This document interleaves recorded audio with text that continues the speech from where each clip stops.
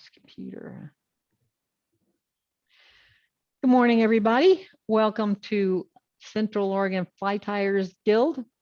And your presenter tonight is, let's see, what is his name now? Oh yeah, Mike McCoy. Mike is a member of, president of one of our clubs. And he's going to introduce himself and tell you what he's all about and teach us a couple of flies tonight. So take it away, Mike. Thank you, Sherry, for the nice introduction. I'm sure I know a few of you and probably don't know a lot of you. So I'm just going to do a little quick background on how I ended up where I am. I grew up in Portland, fished the mountain streams off Mount Hood as a young kid, really had sort of a blessed upbringing, family of outdoor people. And on top of that, my mother had 3 bachelor brothers who were all avid outdoorsmen. And even though I could only get my father to take me out one day on a weekend, I'd just call up one of my uncles. So I was pretty blessed. And we fished those streams up there. Basically, that's where I learned to fish in the 50s, in the 60s, early 60s, until the 64 100-year flood happened, which completely wiped out every single one of those beautiful little streams and turned them into gravel gutters. And they really have never recovered from that. But after that, and during that, I started fly tying young, 9 or 10, and got going with it, really loved it. Of course, all my relatives loved that I was tying flies, got pretty good at it. By the time I was a teenager, I was tying for Polson's flies. They're out of Portland, commercial tying, and actually, helped put myself through college doing that, which was actually a really great deal. I could make about $4 an hour when the minimum wage was, believe it or not, $1.25 an hour. So that worked out pretty well, other than almost completely turning me off to fly tying. Just the tedium of tying the same fly, dozens upon dozens of flies, really was destructive mentally. So I'm glad I got past that. And ever since that time, I've told people, when they ask, oh, can we buy some flies from you? I go, no, I don't sell flies. I did that once, never doing it again. If you want flies, I'll give you flies. But no, I'm not, I'm not selling flies anymore. So after 30 years of teaching out of Eugene and the rivers right around there, the Mackenzie, the Sandy Ams, the Willamette, the Upper Willamette, and the one down south here out of Roseburg, where I am now, we moved down here to the North Umpqua, just out of Glide. We got a nice log home we built about 25 years ago down here. And about 15 years ago, we moved here. And so since then, we've been fishing the river in front of the house. And I'll have to tell you that the fish in the North Umpqua, the trout in the North Umpqua, are a different kind of fish. They are sleepy characters. We just don't have the hatches that you have on rivers like the Deschutes, where you have weed beds and stuff. This is a lot of bedrock and some gravel mixed in.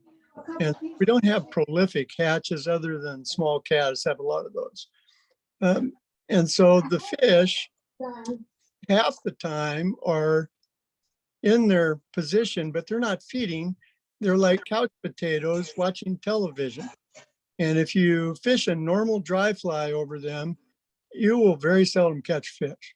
You'll go through a stretch that has a lot of fish in it and you would swear there are no fish in there. That looks good. And so anyway, I came up with some flies and some techniques that really work on these fish, and which means you have to wake them up. And that means they need to see the fly 3 or 4 times before they go, oh, that looks like something I might eat. But darn, went by, and then, oh, there it is again. Well, I'm going to take it this time. And they do. And they're great fish here. all wild fish, a combination of rainbows, cut bows, and just cutthroat that live here, not ones that necessarily come in from the coast.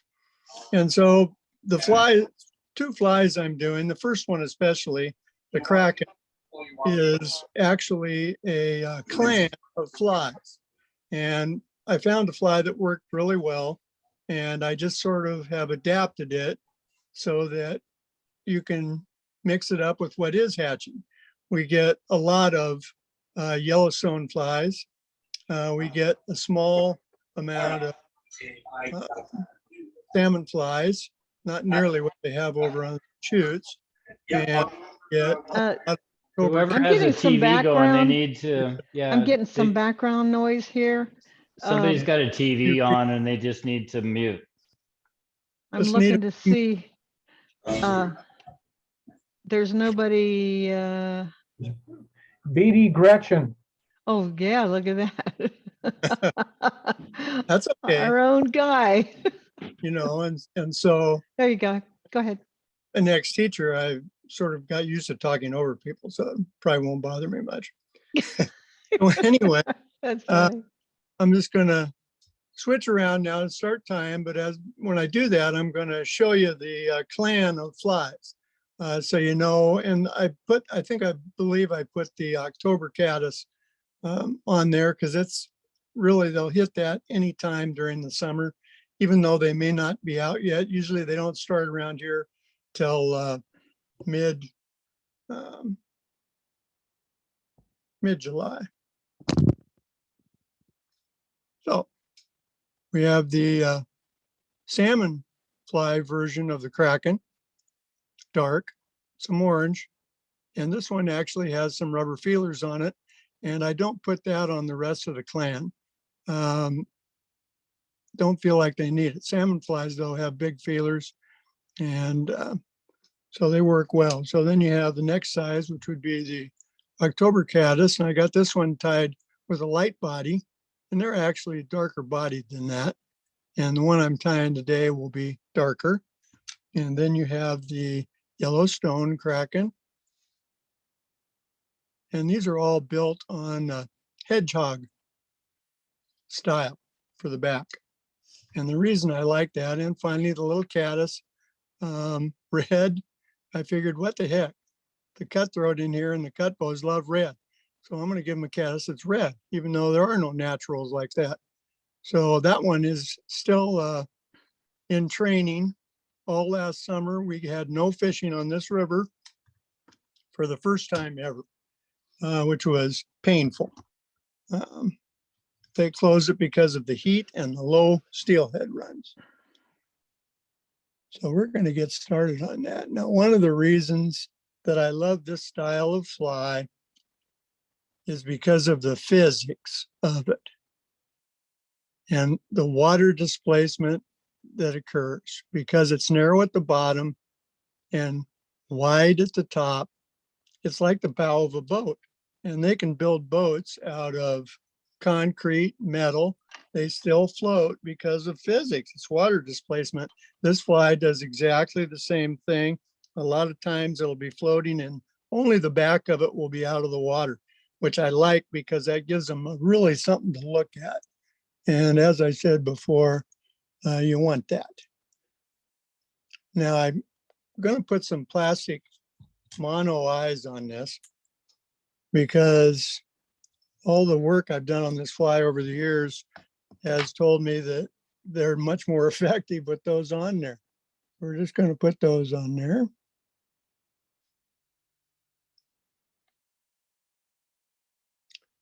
And about 1/8 of an inch back from the eye. Gives you a little room for the head. And you can go under those if you want to solid them up. These little plastic ones don't roll like barbell eyes do. So I don't worry about putting cement on them. And I very seldom use cement anyway. Since I'm tying for myself, very seldom have anything come apart. But if I'm tying for somebody else, I might do that. I'm using a burnt orange 6/0 uni thread, and I go to start just past the hook tip. Right about there. Cow elk, sort of dark. And take a nice little bunch for, what in fly terminology is a tail. But in reality, October caddis don't have a tail. But what they have is wings that go out past the body. And so get that in your stacker. Knock, knock. And I always say, come in, which drives my wife crazy. After about 5 times, I'll be down in the basement tying. I'll do that and say, come in. And she'll go, would you stop that, please? You're driving me nuts with that. No, he's not. I do what, figure that most of you are sort of experienced tires. So you probably already know this. I do what's called a measure. So I measure how long I want it to be, and then I switch hands and I re-grab it. So that keeps it right where it is. So I'm not guessing. If I start with the materials in this hand, I'm sort of guessing where the tips are. But having done this part, I know exactly where the tips are, and I want them just a little longer than the hook. You can go around twice or once. The main part is pull straight down on it. If you pull across the top, it tends to want to roll on you. Now you got a lot of material in there, and normally you might just trim that off. I put it on there because that helps bulk up the body for me a little bit. And boy, yeah, deer hair flies are messy. Then I just come back and crimp it down tighter. It also adds a little flotation interior of the body. But now I don't have to put on as much dubbing. Okay, the dubbing for this, we're going to use a sort of a burnt orange, dark orange, but you can use, and I like the Arizona dubbing. It really dubs nice. The dark hairs here, that works nice. And I usually do 2-tone. So I'll put some of this up, also Arizona dubbing. That's tangerine. Or you can go to an ice dub, which is another pheasant tail ice dub, which has a nice burnt orange look to it. We're going to go with this other one. So I don't know how everybody else deals with dubbing. I like holding it in my left hand, pulling some out of the container, and then just pulling a little bit out at a time. Applying it with squeeze and turn, move it into position. And that way I can just keep adding some on without having to pick it up, set it down, pick it up, set it down. And you don't want to get it on real thick. You want to make sure that you go back and don't have any thread showing right in there. That's just a check for yourself. So you come up about that far. Now you're going to put in your first bunch of elk hair for the back. And you do 3 of these. On all these flies, you do 3 clumps. And, take a fairly healthy grab of elk hair there. About yay much.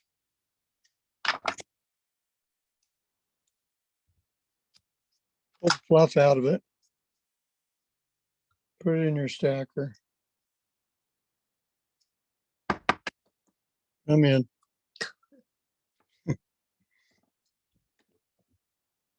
My wife is rolling her eyes. Because you're not really not going to say that. Well, yeah, that's what you do. Once again, measure. So you want the next clump to go not clear back to the end of the tail, about halfway. Put that in there, grab it, pinch the thread between your fingers, pull straight down. Now this time I'm going to trim that stuff off. While I've still got my hand there, I can collect most of that and get it out of there. Have to do a little less trimming that way. It's sometimes embarrassing how much stuff is hidden under a fly. What people don't know. Okay, now, if you look under the fly, you're going to notice that the thread is wrapped backwards past that. So when you put the dubbing on, you need to angle under there so you don't have that little thread piece visible. And, you know, that's not for the fish. That's for us fishers. Because you got to like what you're fishing with. So I'm going to angle under, come back up. Up to there. Can check, see if you got it. I did.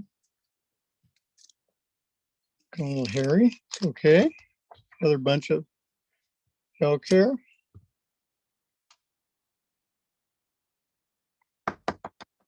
Repeat. Come in.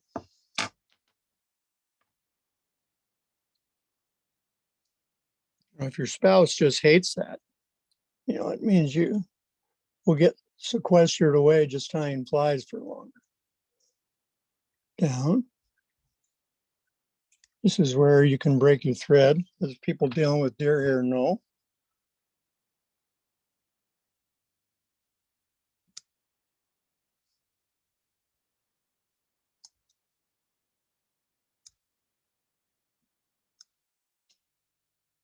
It's getting a little bulky in here, but that's okay. Okay, that's number 2.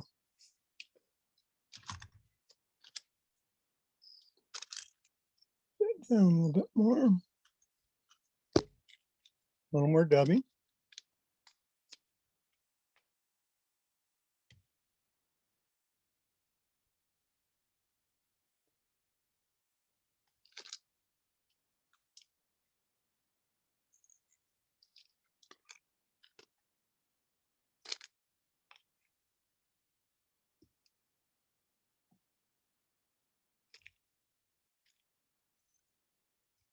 Okay, about there is where you're gonna put your third last bunch in.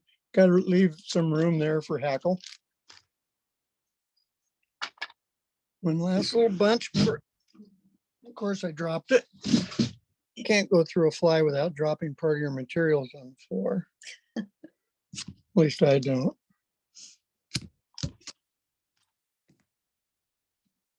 And so after 65 years of tying,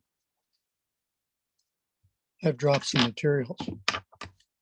One of the things that beginners usually quickly learn is when you drop a spool of thread, don't hold on to the end of it because it unspirals. Come in.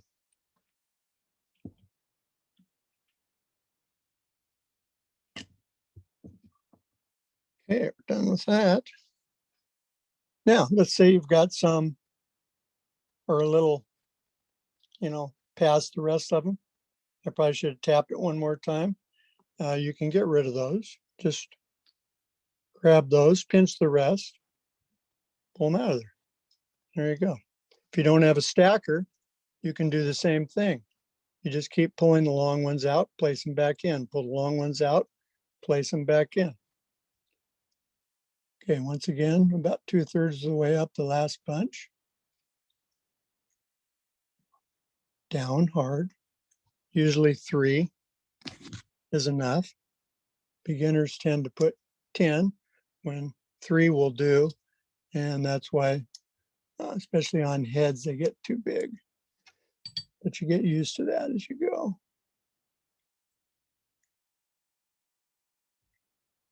Okay. Now there's what I'm talking about. So on this next bunch of dubbing, I need to make sure I go far enough back to cover up that thread that's underneath the derriere. Now we're going to put a little more on here.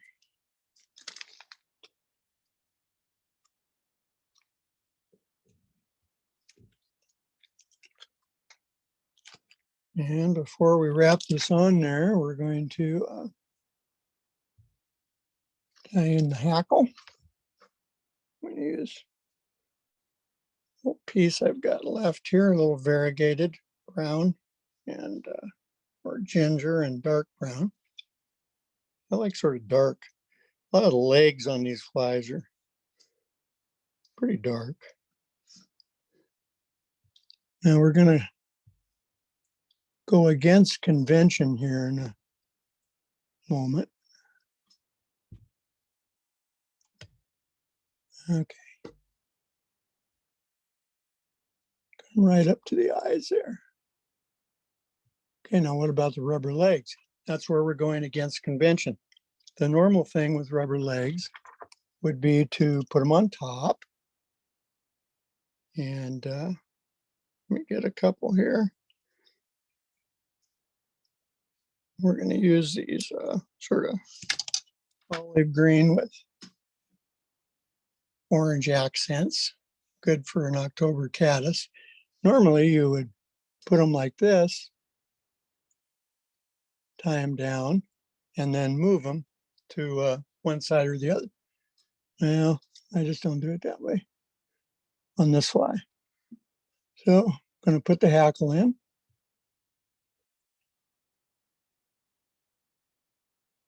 And I put it on there pretty thick.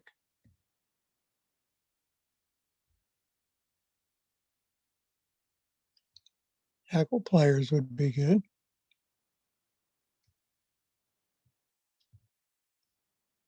Catch it with a wrap right behind the eyes.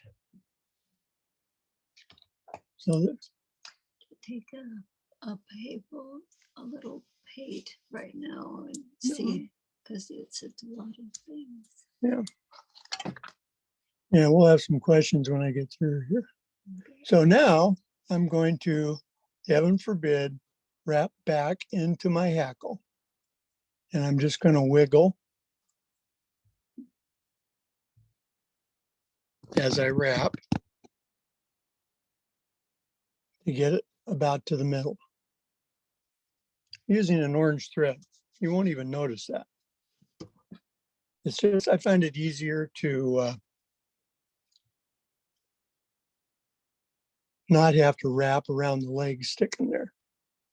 Now, the key on rubber legs, any kind of rubber legs, this kind or the flexi ones that are a little lighter, is as you put them in, you've got to stretch the rubber. If you do that, stretch it hard and bring it in, they'll stay, they won't come out. If you just wrap them in without stretching them first, no matter how many wraps you put on them, they'll pull out. So the thing is going to go for the backside. And you can trim these. So stretch and put them in. Then usually one more will do it. Now I'm just going to wiggle back up to right behind the eyes. And we'll trim those off when we're done. Okay, now I'm going to put in a little bit of a hot spot, some orange for those fish that like contrast.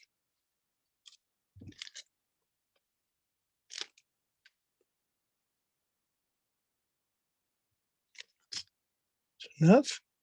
Groom things out of the way. Can even put one in behind the eye, right to there. Voila. Groom. Whip finish. Now, when I started, I don't know if they had whip finishers, but I've always used my fingers. 2 fingers. A little further away here. 2 fingers on top. Since I'm from the land of hippies, peace sign. That pulls the main line down next to the eye. Pointer finger puts it over.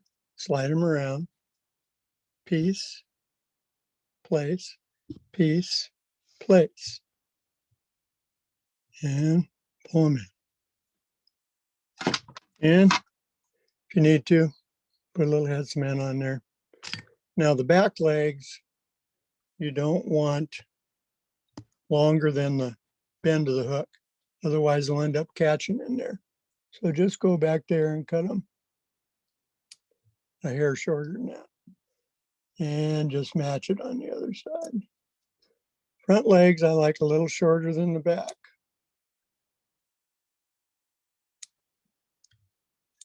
And there you have it.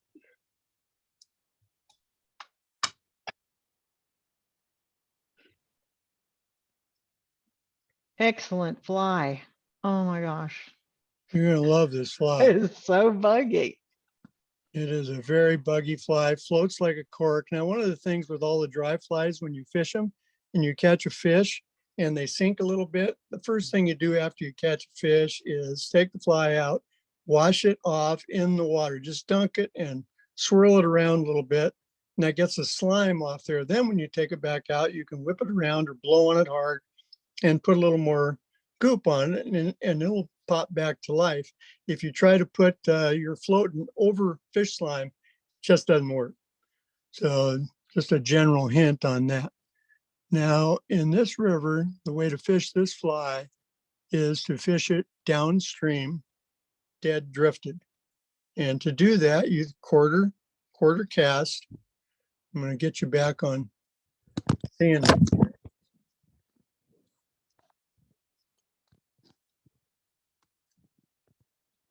There. So quartering downstream, throw it out, mend, not just a tip flick mend, but a big arm mend. So you get most of the line above the fly and not very far from the boat. You don't need to fish more than 20, 25 feet from the boat.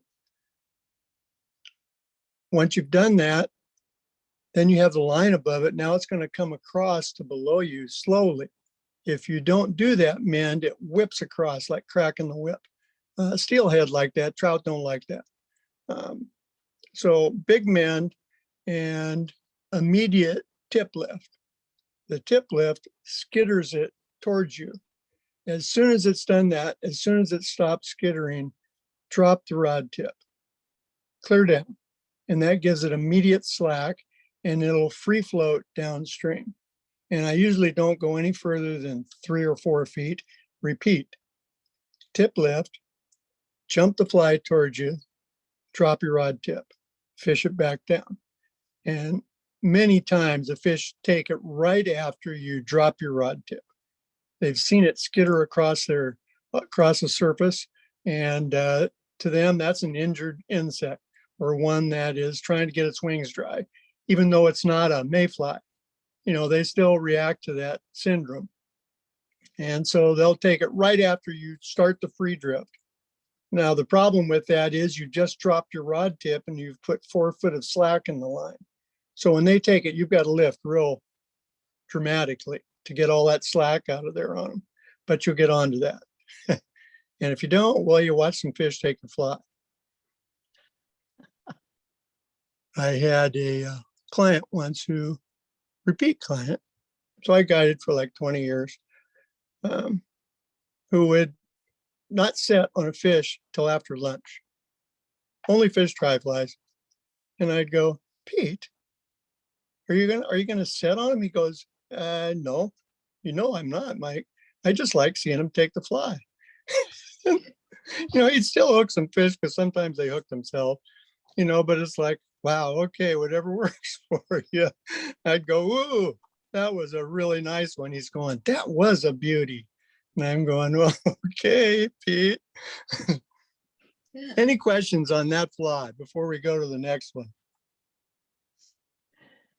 I don't see anything in the chat Okay, for questions. You covered everything so good as far as fishing it. That's really great. I mean, yeah, I've quit fishing upstream dead drifted dries because this is so much more effective. Not just here, Mackenzie, Willamette, the Santiams, the Grand Ron, the Deschutes. It's just 3 times as effective as a normal upstream dry approach. So I've just quit doing that, which, I'm sure makes purists just shake their head. But that's okay. Yeah, I don't care. great job. Okay, there's Yeah, that guy. I don't see any other things in the chat. Everybody's still, you've got 26 people watching. It's really a good one. So now we go small. And this is fished completely different. This is a light Cahill.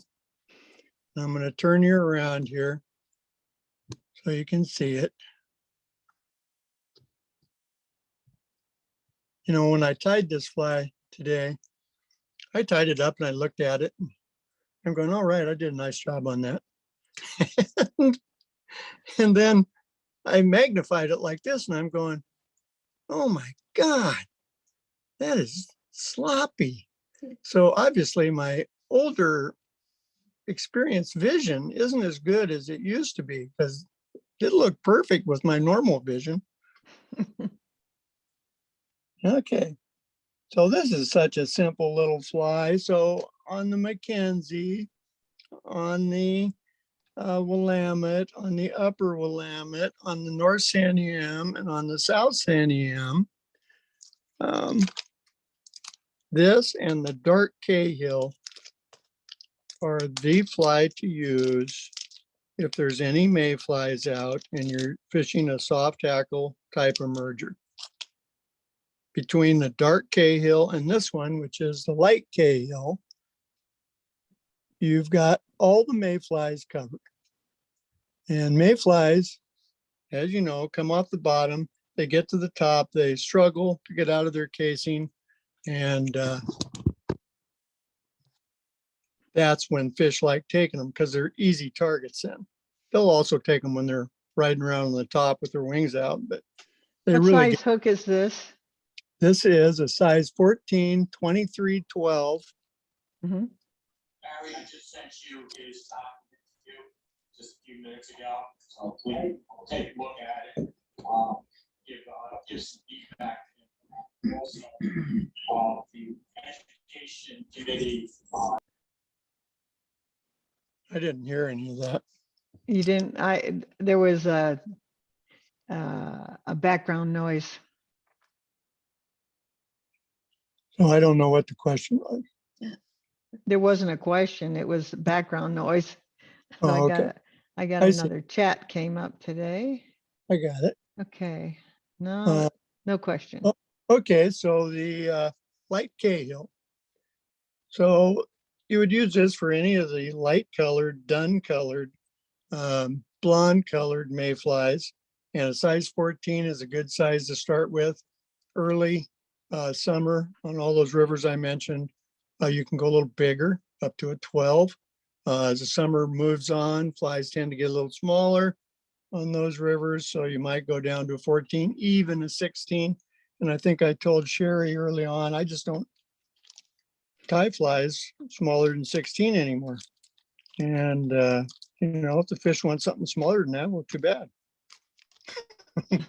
Try and convince them that they really want what I'm trying to give them. Okay, so now one of the most important materials on this and the dark Cahill is the wing and the tail. And what's important about that, and this has been tested quite a bit by my other guide friend and buddy, Bob Leach, who also used to live in Eugene. Wood duck, lemon wood duck is what this is. And they're very fine little markings on it. And if you try to duplicate that with dyed mallard, the fly is only a third as effective. I don't know why. It doesn't look that much different, other than the little markings are bigger on mallard. So you want about half the length of the body for the tail. Measure, switch hands, tie it in. Strap it on. There's a professional term. Strap it on. Excellent. Okay, back to where you started. Now you don't have to do this step. I'm going to put a little mono on there. And the reason is you're going to catch a lot of fish on this fly, and the body will actually last a little longer. It sort of holds the dubbing in place a little bit, even when the fly is really getting chewed up. So that's the only reason I put that on there. But you don't have to put that on there. Okay, and we'll let that sit there. Okay.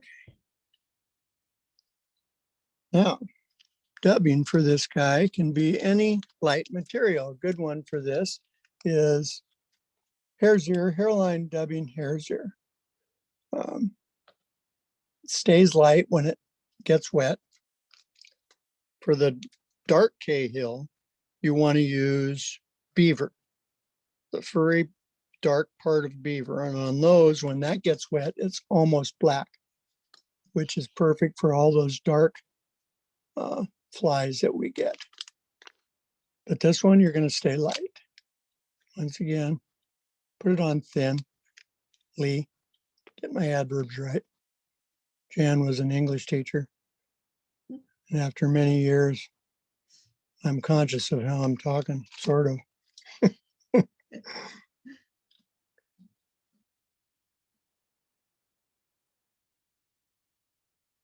Now, one thing about when you put the dubbing on lightly, if you need to change the shape of your body, like right now, it's starting to taper down. I don't want it to. I just wrap back into it a little bit, and that maintains the shape I'm going with.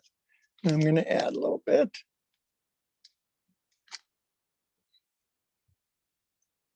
If you put too much dubbing on to begin with, you can't do that. But if you put it on lightly, you can always back wrap. Keep the taper you want. I'm going to come fairly close to the front on this because the hackle is minuscule on these.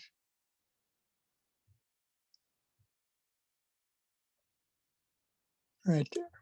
Okay. So now we're going to draw the mono up there. This is a small fly, so you put these fairly close together. Call this wrap and switch. Over the top, switch hands, up to the top, switch hands. Just work your way up to the front. So this adds the durability to the fly. This definitely makes it more durable. And, you know, it might show up a little bit when it's wet too. It might have a little sheen to it being mono. Okay. You can tie a lot of these pretty quickly. Okay. And now we're going to get a hen hackle, soft, small. So we're going to go down close to the bottom where they're small guys. Pull one out of there.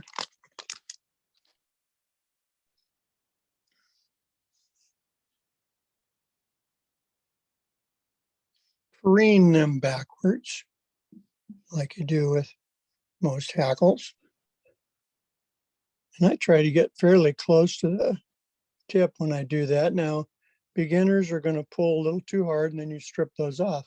So don't do that. Don't pull them too hard. The wing goes on last, and you put the wing on last so that it sticks up a little bit more. If you put it on first, it ends up laying right down on the body, like it's not even there. And the wing is really important. Okay, so you've got that in. Hey, Sherry, we haven't broken any thread yet. Pretty good. So groom those backwards as you go, groom them backwards.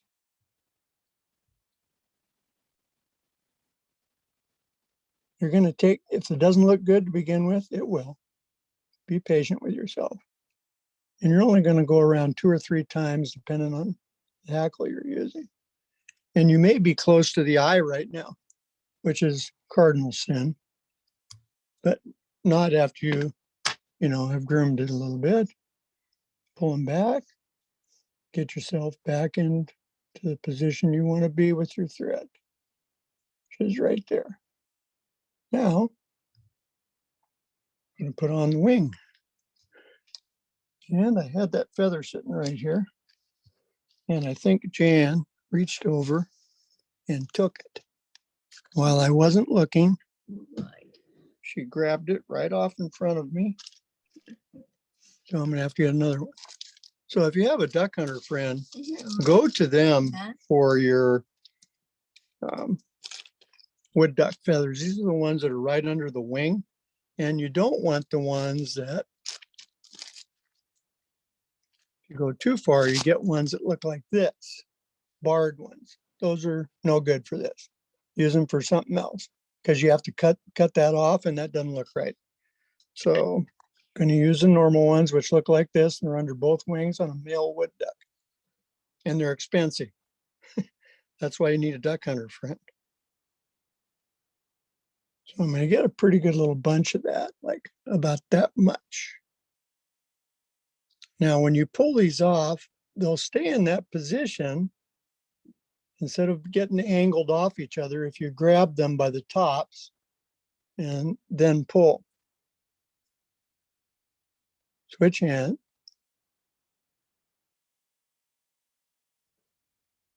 Okay, that's about what I want. Measure, and you want about the length of the body. Switch.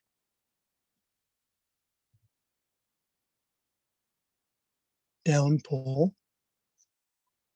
2 or 3, we'll lock that little light stuff down.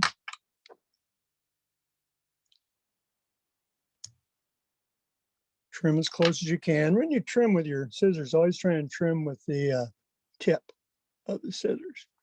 So when I'm trimming, get in there, you know, like this, as opposed to like this. A lot more accurate if you just use the tip of your scissors. Yeah, I'm just gonna, a couple more wraps there.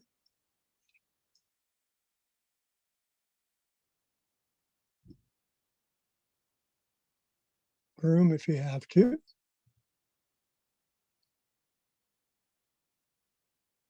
Well, like Cahill. Ready to be fished. So let's talk quickly about fishing that. You can swing it like a steelhead damp fly, but the best way to fish this is on a 2-fly setup. And by 2-fly setup, I mean a dropper with a bead-headed fly like a posse bugger or some other bead-headed fly about a foot long dropper. And you put that 4 or 5 feet from your fly line. You go down another 4 feet with your tippet and tie in the Cahill, light Cahill, dark Cahill. When I had 2 people in the boat, I usually put a light on one person's and a dark on the others and see which one was going to work better that day. Pretty effective way to do it. Both of these flies and the first one, the Kraken series, I would really recommend you use a non-slip loop knot. They just allow the fly to move a lot more readily than a clinch knot that, you know, cinches right to the hook eye. So Okay, so you've got the weighted one, you got this little guy on the back end, quartering downstream, upstream men, let it sink, sink, sink, sink. As it starts to swing around, the whole setup has been dragged subsurface fairly deep by the bead-headed fly. Now, as the current starts pushing up on the whole rig, this little guy, the Cahill, starts rising to the surface. And that's exactly what the trout are used to seeing. And that is a real trigger for them. And as that starts raising to the surface and comes to the surface at the very end of the swing, that's when you get hammered.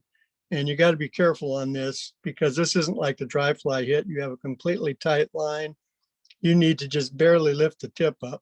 Otherwise, you're going to break fish off like crazy. You don't need a hard set on this, just a tightening of the line. And that's how I would recommend fishing that fly.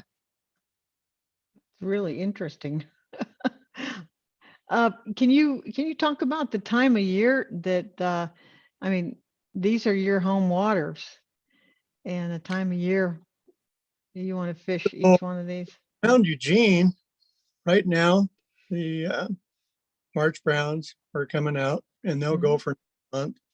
And so, if it isn't blown out because of rain, which I've decided we just don't get anymore, Yeah. pretty sad. Fishing from here on out will be good on all the rivers around both Sandy Ams.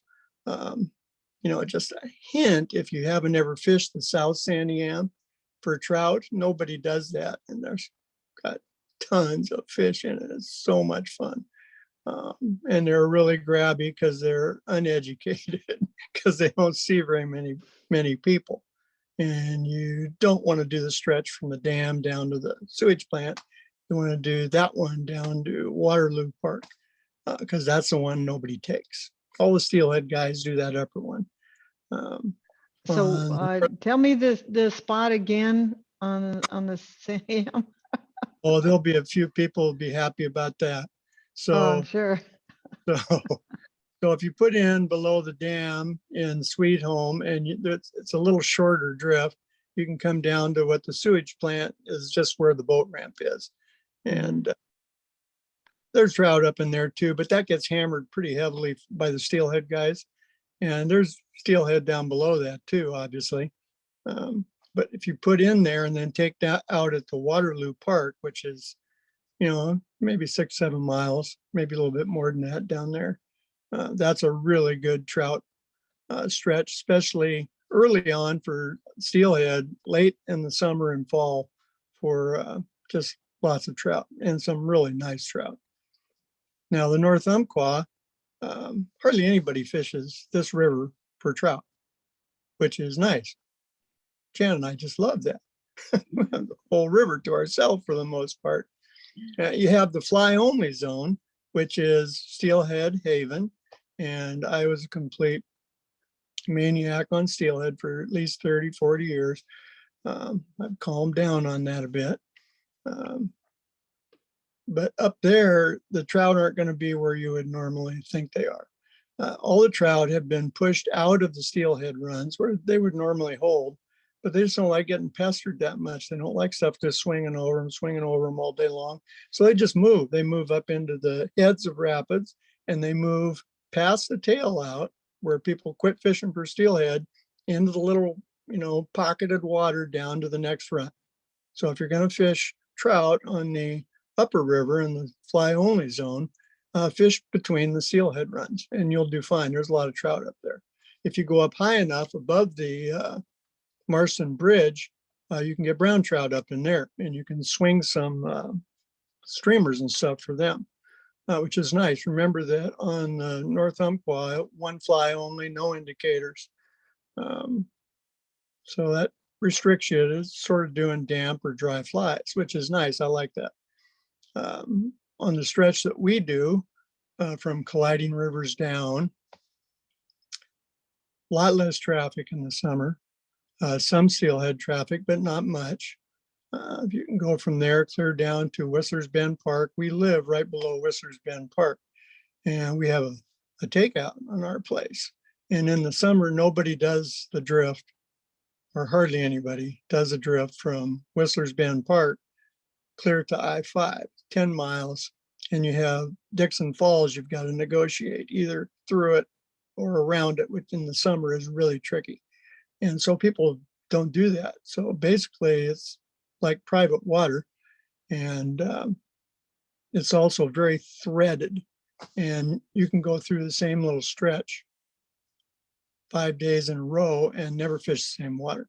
You So just we take a just different, take out at your house, right? yes, you, but call first. And, Yeah. and Bring food.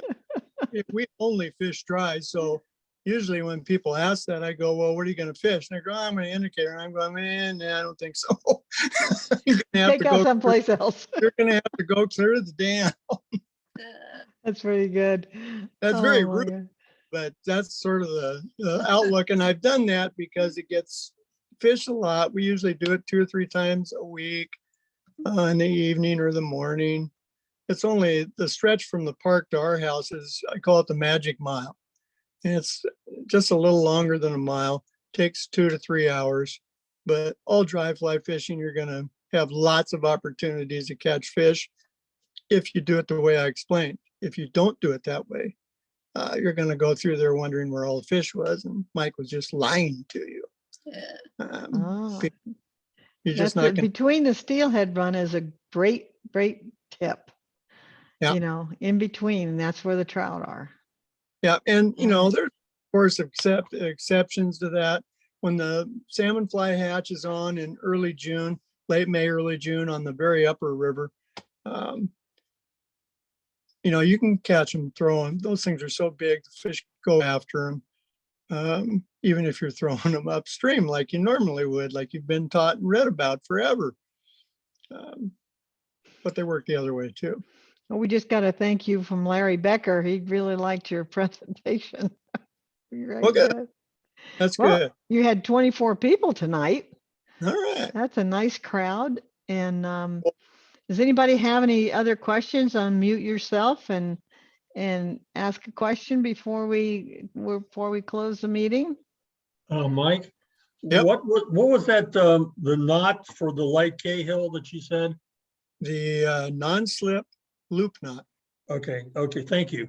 Yeah, really. In fact, I use that saltwater, freshwater, blue water.